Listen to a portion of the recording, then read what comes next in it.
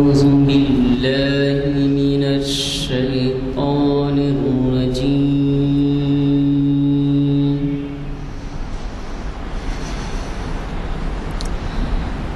بسم الله الرحمن الرحيم.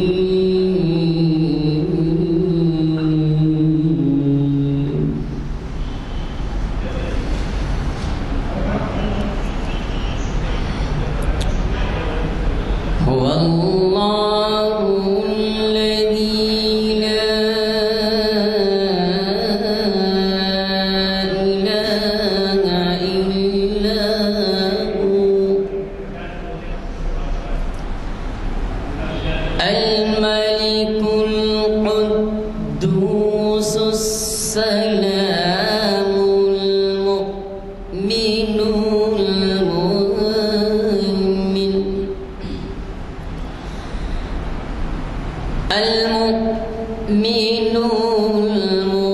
المهيمن العزيز الجبار